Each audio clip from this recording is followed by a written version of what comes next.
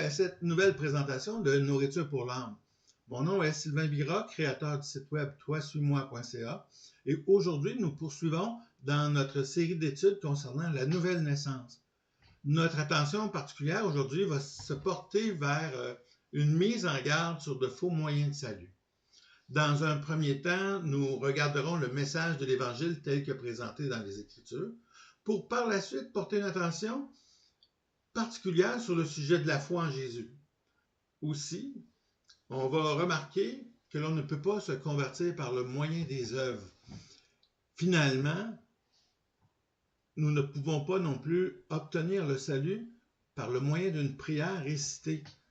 Une prière qui a été pensée par quelqu'un d'autre, que l'on récite comme étant une formule magique pour obtenir le salut. Aussi, en concluant, on va voir qu'il n'est pas biblique d'accepter Jésus dans nos cœurs. Alors, portons premièrement notre attention sur l'essentiel du message du salut en considérant 3 passages des Écritures.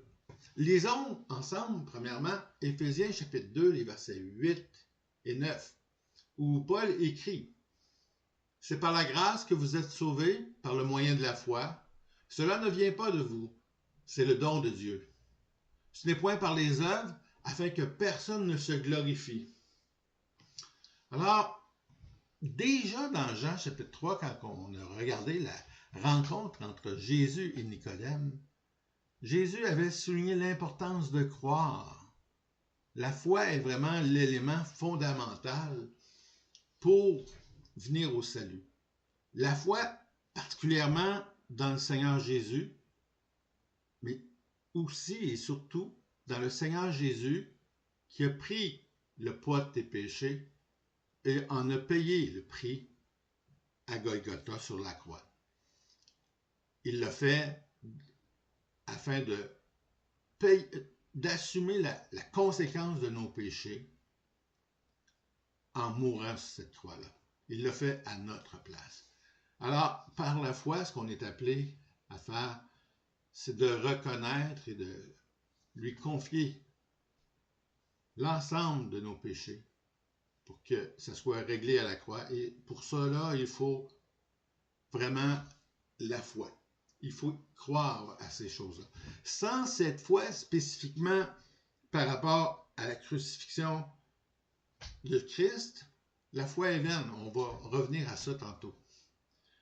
Un autre élément important avant même de considérer la foi, la parole, on l'a déjà vu, dans la parole, on a vu que nul ne cherche Dieu. Eh bien, pour que nous tournions vers Dieu, il a fallu, et on l'a déjà mentionné, que l'Esprit Saint est venu afin de convaincre le monde en ce qui concerne le péché, la justice et le jugement. Premièrement, prendre conscience que je suis pécheur, tu es pécheur. Tous nous sommes pécheurs. La conséquence de ce péché, du péché que nous avons, eh bien, c'est que le salaire du péché, c'est la mort, la perdition éternelle, la séparation d'avec Dieu. On se rappelle, Ésaïe 59 nous dit que ce sont nos crimes, nos passions qui mettent un mur entre nous et Dieu. On est séparés de la présence de Dieu et c'est la chose la plus importante pour une personne d'avoir cette relation avec le Créateur.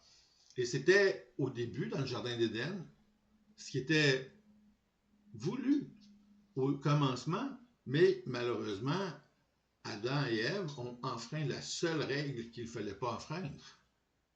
Et à partir du moment où ils ont consommé du fruit interdit, ils ont pris connaissance du bien et du mal et ont commencé à pécher. Alors, il faut vraiment l'action de l'Esprit Saint pour nous convaincre de ces choses-là. Et de là va venir la foi. De là aussi va venir autre chose. Parce qu'une fois convaincu du péché, une fois convaincu de la gravité de notre problème, eh bien, on a besoin de la repentance. Et cela, Pierre le mentionne très bien lors de sa première prise de position en tant que chrétien, en tant que disciple de Christ, à la Pentecôte, après avoir exposé le fait que Christ a été crucifié, eh bien, il a enchaîné avec cette affirmation dans Acte 2, 38, qui dit « Repentez-vous et que chacun de vous soit baptisé au nom de Jésus-Christ pour le pardon de vos péchés et vous recevrez le Saint-Esprit. » Le besoin de repentance, aussi l'expression, le terme conversion est utilisé dans les Écritures. Repentance ou conversion, ça signifie particulièrement reconnaître ton état, connaître ta misère et fais demi-tour. Abandonne cette mauvaise direction ou est-ce que c'est un chemin tortueux qui est rempli d'embûches et tourne-toi vers Christ qui lui a déjà tout accompli à la croix. On se rappelle de ces paroles à la croix où Christ dit tout est accompli. Eh bien, c'est accompli pour toi et pour moi, pour tous finalement encore. Alors, on a ce besoin de repentance-là et par le moyen de la repentance, on abandonne nos péchés et on met notre foi en Dieu. Et puis là, ce qui se passe, c'est que on est de nouveau en faisant ces choses-là. Foi plus repentance, plus action de l'Esprit Saint fait en sorte on tourne notre foi vers Dieu. Alors, on se rappelle combien Dieu nous a aimés et comment il a été bon envers nous de permettre qu'on puisse recevoir ce message-là parce que personne ne recherche Dieu sans l'intervention de l'Esprit Saint.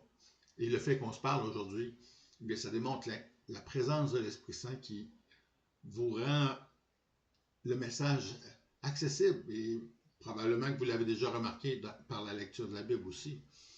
Donc, maintenant, on va regarder un faux prétexte de conversion, le premier. Il est subtil, celui-là, parce que la foi est mentionnée, le fait de croire est mentionné. On retrouve ce sujet-là dans Jean chapitre 2, versets 23 et 24. Alors Jésus était à Jérusalem. On lit donc que pendant que Jésus était à Jérusalem à la fête de Pâques, plusieurs crurent en son nom, voyant les miracles qu'il faisait. Mais Jésus ne se fiait point à eux, parce qu'il les connaissait tous. On a un problème, parce qu'on vient de voir que c'est par la foi qu'on est sauvé. Ces gens-là, le texte nous dit, plusieurs crurent en son nom.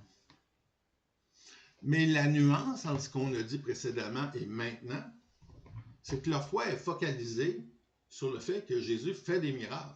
Ils ont cru en un faiseur de miracles. Ils n'ont pas cru dans un sauveur, dans un Seigneur. Ils n'ont pas reconnu ces éléments-là de Christ. Alors, leur foi n'est pas solide. C'est l'effet un peu entertainment, divertissement. Ils ont vu Jésus faire des choses sensationnelles. Pour eux, c'était comme un spectacle.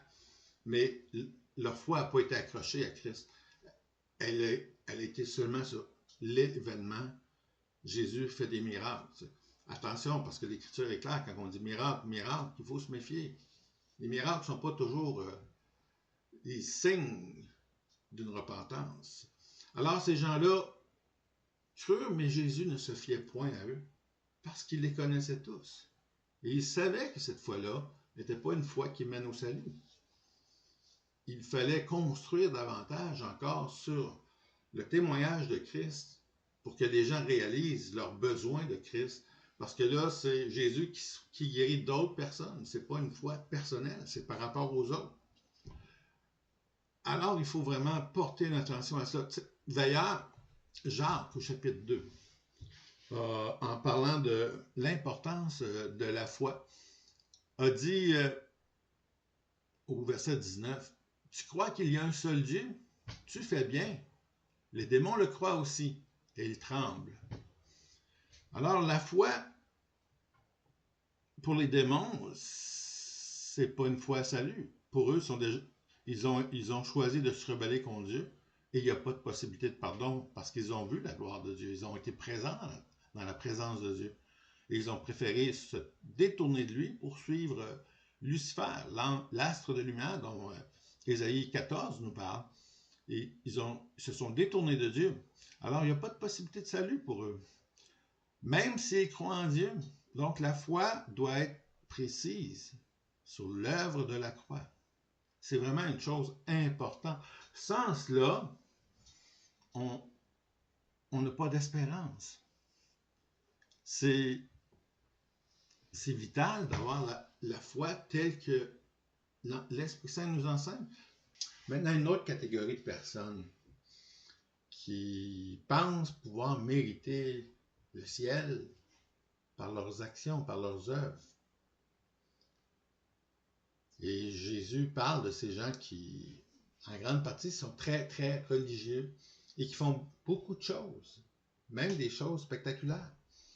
Jésus a dit dans le Sermon sur la montagne, dans Matthieu chapitre 7, les versets 22 et 23, il a dit, « Plusieurs me diront en ce jour-là, au jour du jugement, « Seigneur, Seigneur, n'avons-nous pas prophétisé par ton nom? N'avons-nous pas chassé des démons par ton nom? Et n'avons-nous pas fait beaucoup de miracles par ton nom? » Alors je leur dirai, ouvertement, « Je ne vous ai jamais connu.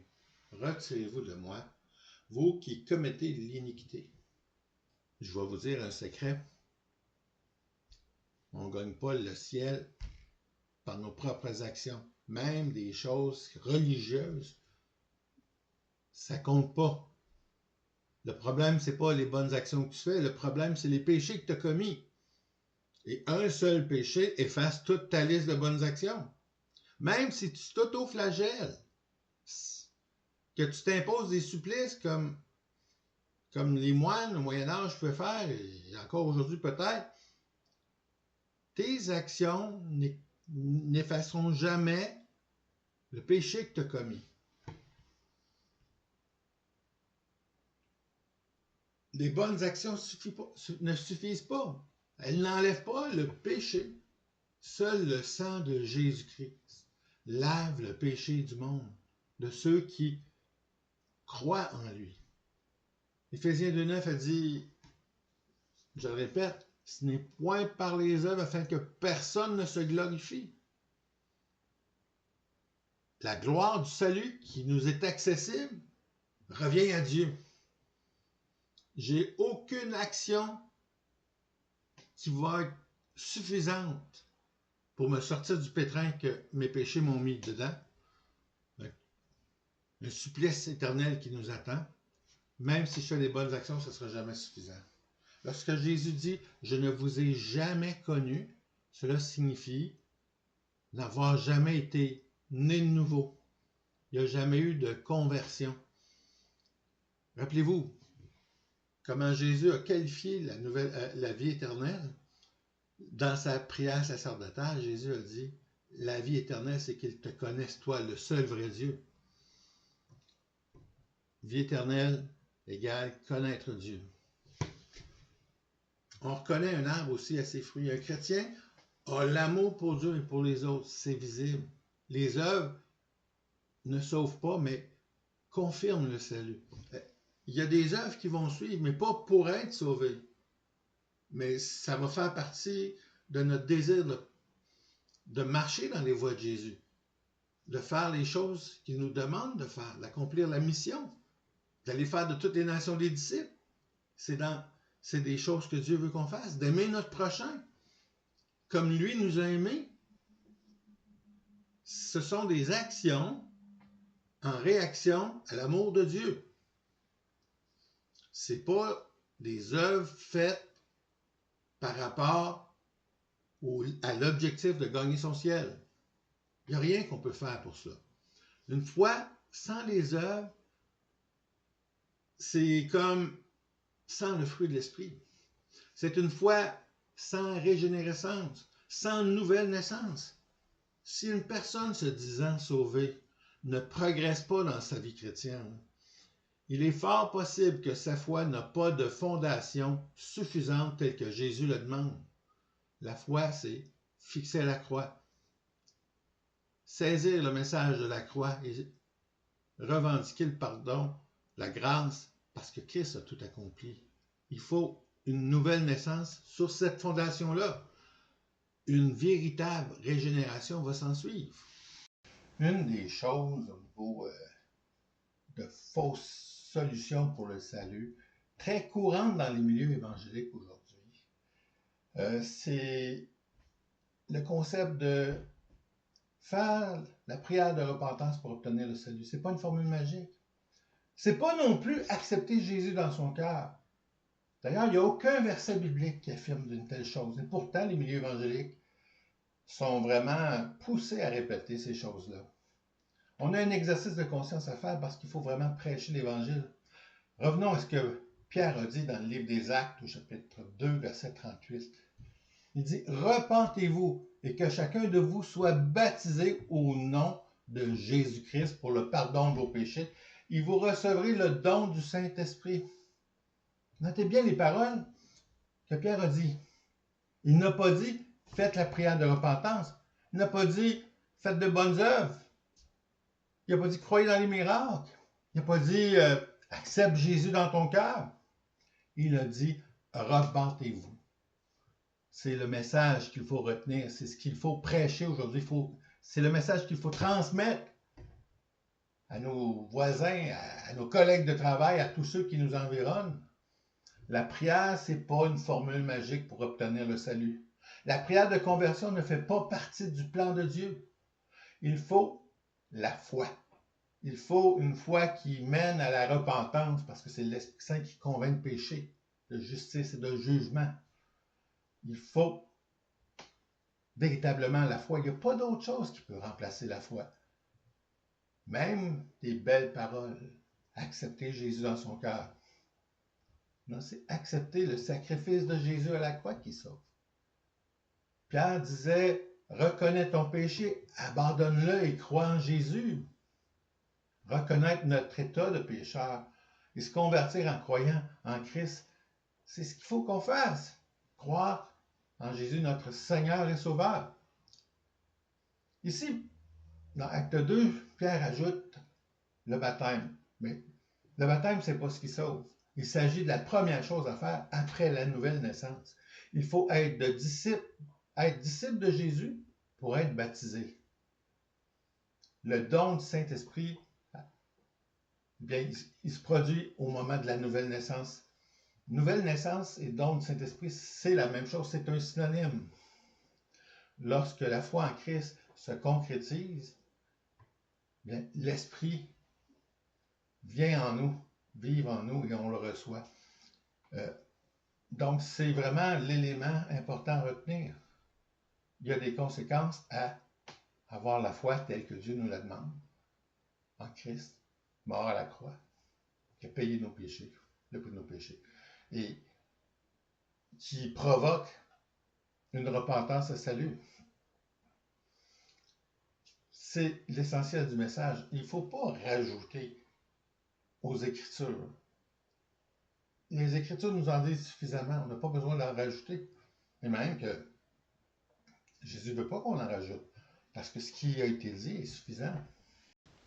Alors, voilà ce qui conclut notre épisode de Nourriture pour l'âme. Lors de notre prochaine capsule, nous allons considérer la nuance, la distinction entre ce qui est les œuvres de la chair et le fruit de l'esprit. Entre-temps, je vous souhaite une bonne journée, que le Seigneur vous bénisse et au plaisir de vous revoir.